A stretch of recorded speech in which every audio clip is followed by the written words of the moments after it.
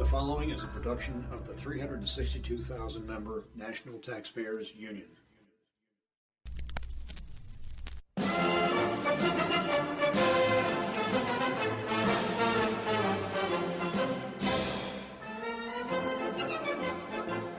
At last, a voice for the people who pay big government's bills, not the people who make big government's bills. You are listening to Speaking of Taxpayers, sponsored by the 362,000-member National Taxpayers Union.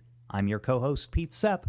And I'm your co-host, Doug Kellogg. Welcome to this week's broadcast.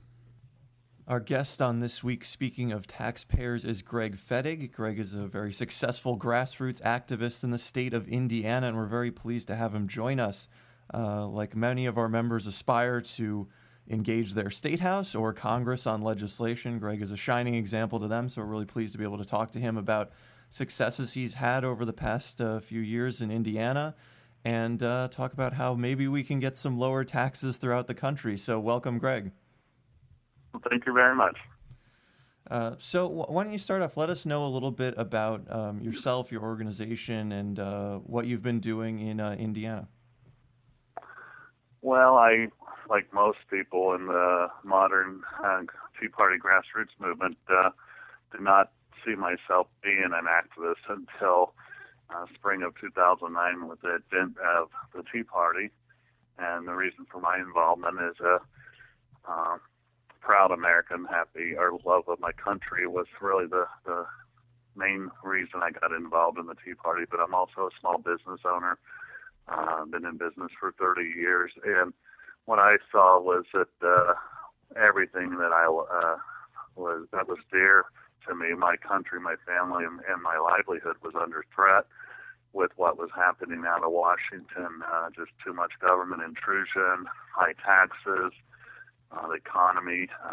Really, since 2008, it's downward spiral. I believe it's all because of what politicians in Washington, for the most part, and to some degree at state level as well, has done to the American people and to small business and the economic freedoms and prosperity of this country. So I just got involved and didn't really see myself doing any more than just doing what I could. And surprisingly, along the way, it just took a life of its own and started my own Tea Party group in the fall of 2009. I attended the well over 1 million people attended the March on Washington on September 12th, 2009. I was part of that. Got hooked up with as many groups as I could in Washington. I thought, well, the fight is there, but also there's going to be some allies there possibly. And I hooked up with groups like your organization, Freedom Works, and others, and brought them back to Indiana whenever I could to utilize their expertise, their resource of knowledge, and et cetera, to really leverage ourselves in a more effective way to fight back. And most recently, I got involved in a group I co-founded, Hoosiers for Conservative Senate, and that was a 2-year battle to retire Senator Richard Lugar. And we did that because we thought he was really not conservative in a whole array of issues, including economics. So that's really what I've done. I've lobbied the State House quite a bit, and right now what we're focusing on in Indiana is a group called Empower Indiana, and that is to push back, not push back, but actually reclaim our state rights. We think now, with the results of the election in November, that you can fight on the federal level, but we're not getting as much success as we'd like there. So time just to get our state rights back, and we can pull back from the federal government and say no in a lot of instances, which we actually have the authority and the power to do that. We just need men and women with courage on the state level to be able to just say that. So we're going to work with our supermajority in the House and Senate in Indiana, which are Republicans, as well as Governor-elect Mike Pence, Republican, see if we can't pull back and get fiscally conservative, even more so in Indiana than we already are. Yeah, and Indiana's been a relatively conservative state. I mean, I'm from New York, and Pete's from Maryland, so we're well aware of poor state policy. We're solidly a red state. In 2008, they went for Obama, the state did, but by and large, the lower or the state offices and most of the municipal offices in Indiana are Republicans. So I think the time is right in Indiana to do this. If my belief is if one state could really break free of the shackles of the federal government, other states will follow. Yeah, I mean, that's interesting. And of course, I think the key here is that activists who are NTU members and work on behalf of issues are really fit within what the National Taxpayers Union does, which is promote issues and not just worry about party and pure party loyalty. You won an election, so you get to go home. It's about making sure that the right policies actually get put in place because, as NTU has done over the years, has criticized both parties for budget largesse, and we've looked for balanced budget amendments, which is another state issue with Article 5 ratification as a process. For sure, I mean, is that an issue you're interested in, by the way, is the balanced budget state movement? Oh, absolutely. I am, and it's interesting the way you phrase that, you hold both parties accountable. When I got in the Tea Party, you always hear that, well, the Tea Party's just, disenfranchised Republicans, and I've been a lifelong Republican, and that's what I used to define myself. But really in 2006, 2007, I was getting pretty dismayed about them as well. And now I will call myself an independent, but not an independent that makes up their mind at the last minute, an independent who looks at both parties and see they're both culpable of what's happened in this country on both the federal and the state level. So, yeah, we will go after and lobby or try to persuade, or even if we have to target for defeat, whether it be a Republican or Democrat. But the inverse of that, we'll work with either party as well if they will push fiscal conservative policies and taxes and so forth. So, but yeah, the balanced budget, and I was a big proponent of that and still am, and we're hoping to work that on the state level as well. Yeah, which may be necessary, as the federal government seems to be sort of in a flummox with dealing with their fiscal cliff. Let me ask you, though, you seem very positive and forward-thinking about what you can do to improve Indiana and the country. What do you say to some folks? There's been a lot of dejection just amongst rank-and-file Republicans, conservatives, independents over election results. I mean, what do you say to them, your average person in that position, to try to encourage them to take action or get involved in a state or local group or just take a step towards helping the situation? Well, that's an interesting question, and where Empower Indiana came out, it's only a little over a month old. Being in the position that I am with the Tea Party, I found myself fielding several dozen phone calls immediately after the election, the several days following the election, of people mainly disheartened and dejected about the efforts they put in the Tea Party and really didn't see the results that they had hoped or even expected. And most of the calls were within Indiana, but I had several throughout the country as well with my connections there. And I had been working on a thought long before the election that we really need to go after the state, because that's really what the United States was founded on. There are still proponents that or individuals that call themselves Federalists. Our Governor-elect Pence claims he's a Federalist. And, the United States is a collection of 50 states, or individual countries, if you would want to go that far, united under the umbrella of a federal government to protect on just limited authority that they have and all the other rights that aren't spelled out specifically in the Constitution, and the Bill of Rights are reserved to the states. So we have the authority to chart our own course and not be shackled by the government. Over the last 200 and some years, we've allowed that to happen. So what we want to do with Empower Indiana is give our legislature the courage, give them a backbone, and support them to do the right thing. And unfunded mandates, for example, that's one thing you just say, no, we're not going to do it. The federal government can't do anything if you would challenge them on that. If you really think about it, what can they do? They could say, well, we're going to take you to court. Well, you ignore that. I know that sounds controversial, but we're to a point in our country that if we don't do something, I believe the country is going to collapse economically, and everyone will be pulled down. But Indiana could be that shining state. We already are relatively fiscally sound as far as our state budget, whatnot. We're in the black. Governor Daniels has done a wonderful job on that, but we've just come out of 4 years of what I think is borderline economic depression, and it's obvious with the results of the election. We'll go through another 4 years, if not longer, so how much longer can we sustain that? So our efforts are going to be to lobby the legislature and push issues we want them to pursue. When they do that, we'll have their back, we'll cover for them. If they don't, we'll primary them in the next election. A quick question about state tax policy matters, especially here.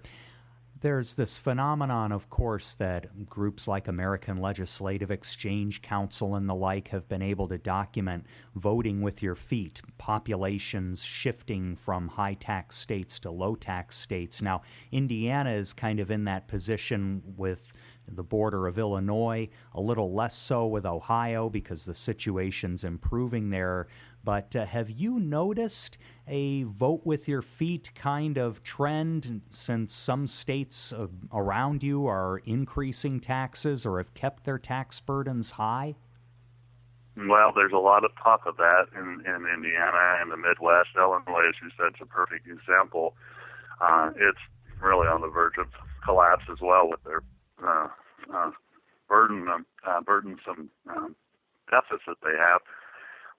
There are businesses from Illinois that have moved into Indiana. Governor Daniels has actively encouraged that to happen. We're a better sound fiscal situation here in Indiana. Our tax rates are lower. We do have about a $2 billion reserve in the state coffers, so there aren't going to be any tax increases in Indiana. At least there's a known entity where in Illinois, to be able to even put a dent in their deficit and their debt, they have to raise taxes. So we're seeing a little bit about that, or of that happening right now. Now, I can't personally tell you how much that's occurring. I don't have that kind of data at my disposal, but I do see a few businesses that made the headlines that come into Indiana. So that's something that Indiana can be not only the shining star in the Midwest, but in the nation to encourage that. And I was in Michigan about a year and a half ago at a Tea Party event they invited me up to. And I remember when I was growing up, everyone, I was born in 1960, so in the 60s and 70s, Michigan was the economic powerhouse of the Midwest, and everyone thought highly of Michigan. Well, a year and a half ago, I was up there for a major Tea Party event, and they were aspiring to be like Indiana. So it's come completely full circle, and that's just not by happenstance. All this has happened because of policies of politicians, and you can say, well, the unions and so forth as well, and that has merit. But overall, it's how their states have been run, and those states, Michigan, Illinois, and so they're not conservative, and they're still not conservative. Indiana historically has been. Yeah, and it's a great indication, which is something that perplexes us all, that history shows what policies work. It's actually something we asked our guest last week. We had Gary Wolfram of Hillsdale College on, who wrote a book about capitalism and its successes, and it is kind of perplexing how when you look at this example or larger examples like the United States' rapid growth, that people don't believe in these systems and policies that so clearly demonstrably work. But unfortunately, they're not as popular as they should be, but we're working to make that a change. Let me ask you, though, you mentioned that the tax and budget situation in Indiana is generally good. There is a state and / federal tax issue we've been working on over the past number of years, and that's online sales taxes that can affect states like Indiana. I think I'm forgetting exactly whether it was Idaho or Iowa, but we saw one of those states dealing with this issue of online sales taxes. Is that something that's on your radar in Indiana? It is, and it made a little traction in last spring's legislative session, and they will bring it up again. But yeah, it's the online businesses. They want to tax that from a sales tax advantage, and up till now, or at least right now, if you're online, you're not subjected to that as you would a bricks and mortar store. My personal thought on that, and I've been very vocal about that, and I've got some allies in the State House that are for that, but a lot of our Republican senators and House reps are ones that they don't have, if they can tax it, they're going to tax it, and so they're pushing that, and that's the Republicans doing that. I'm against that personally. I don't think that should be done. I like the internet being pretty hands off, a true free market capitalist network. But unfortunately, we have people in the Republican Party to see that as another means of revenue, and it's just additional revenue. It's not the offset revenue that they would say, well, we'll tax online sales, but in lieu of that, we'll take off something else. They haven't done that, so I just have this problem with them constantly trying to get more and more revenue for an insatiable spending appetite, much like what we see with the federal government. Yeah, that's good to hear that that's something that's you're fighting against. I think it's an easy issue to have people demagogue and say, oh, well, the brick and mortar business is suffering. But unfortunately, it's a classic example of the internet has the better policy. It's working to promote more economic growth. And rather than reducing the burden that is hurting the brick and mortar businesses, you just want to, cripple the other guy also. So hopefully that could be turned around in some of these instances at the state level, where there's a little less hope of turning it around on the federal level, and promote some better sales tax policy in different regions. So, let's hope that happens. I do want to give you a chance. I mean, we know you've done a lot of work in Indiana. To just talk about some of, or maybe just one key example of a success you've had that you think is a good example for others to hear about and pick up on.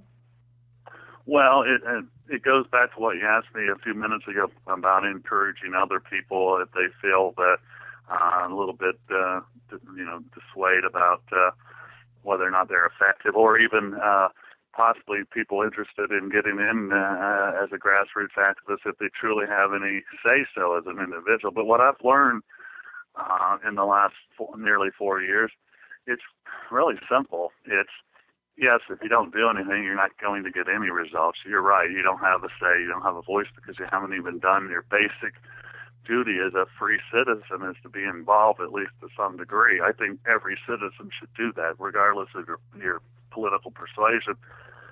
Politicians are employees. They're employees of the citizens. And until we understand that and remember that, we're the employer. They're an employee. They're accountable to us. We don't work for them. We have the right to fire them, just like we did with Senator Lugar. We fired him because he was not doing what he needed to do as an employee of the people of Indiana. I also have learned that it doesn't take much to sway these guys being politicians. They have that. What really motivates them is the next election. And I know that sounds hardened, but the fact of the matter, by and large, all politicians look to get reelected. Once they're in, they want to stay in. They like the power. And now on a state level, there's not a whole lot of money for the most part, but they definitely like the power. They like the influence. So it doesn't take much to nudge them, regardless of their political persuasion. Yes, they have allegiances and people they're beholden to, unfortunately. But you get a voting block or actually just activists pushing them, 50 people contacting them. They notice at 500, they get scared, 5,000, and they get panicked. So we can move them. Now, it doesn't have to be adversarial. We can be their proponents and supporters and give them pats on the back when they do well, which I believe we need to. We're quick to go after a politician when they do the wrong thing, but we're very slow to recognize it when they've done something correctly. So that's just human nature. But as a block of people, in Indiana, we have about 20,000 Tea Party activists. If we can harness that, by and large, into a unified voice, we can get these legislatures to do what they need to be doing, and we'll have their back at election time, or we'll primary them with a candidate of our choice. It's up to them, but that works, and it's so basic, but it's time-tested. It's 232-year-old philosophy that we seem to have forgotten, and also let politicians change the dynamic where we think actually that we work for them and we don't have a say-so, and it's not that way at all. So it's very simple to get this done. It's just a matter of, are you willing to do it, and are you willing to take some flack, because they will come after you. I'm not a candidate, have never been a candidate, but in the primary in Indiana, when we were going after Lugar, I knew we had it won when they started going after me instead of our our candidate. I knew it was over for Senator Lugar at that point because who am I? I'm just a private citizen. That my only reason to be involved is I want to save my country. That's the only thing that motivated me. It's not for political office. It's not for, and I don't work for anybody but myself.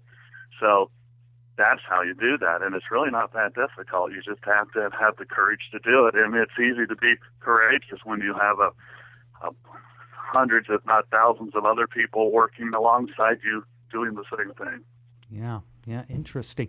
What of the local taxpayer issue in Indiana that's often been discussed, property taxes? Do you think that the reforms that were proposed a few years ago have improved the situation there, and to what degree? Well, that was Governor Daniels' initiative. And I would say early on there was some improvement on that. But I have, not only as a homeowner, but a business owner. So I have a residential property and I have a commercial property. And what they did, they have a three-tier system. You have residents, businesses, and then farmland. So you've got three different rates.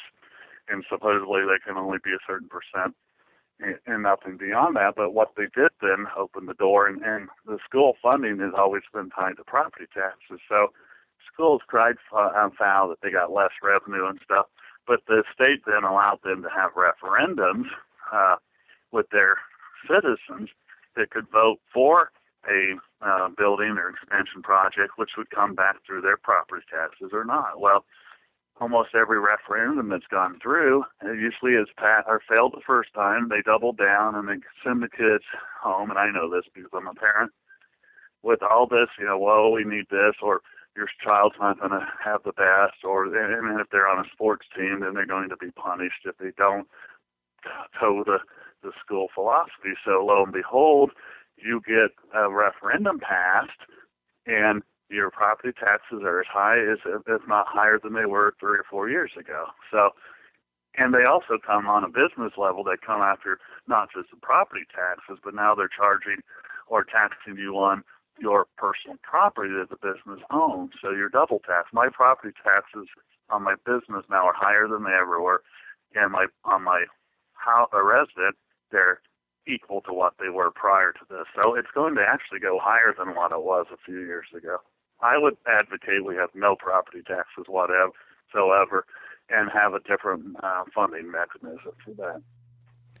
Well, I'm on board with you there. So really want to thank Greg for joining us today.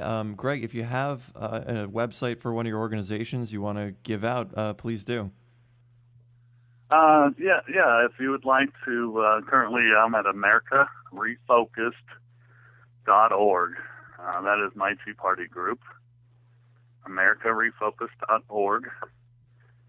And, I would just encourage all your listeners to just keep fighting. And if you band together with like-minded individuals, you'll find more success than you really thought possible. But I appreciate being on today and give you guys a lot of kudos for what you do. Thank you very much. Really appreciate the rallying cry. And check out Greg's website and get involved in your local taxpayer group, Tea Party groups as well. And thanks again, Greg. Thank you. Take care.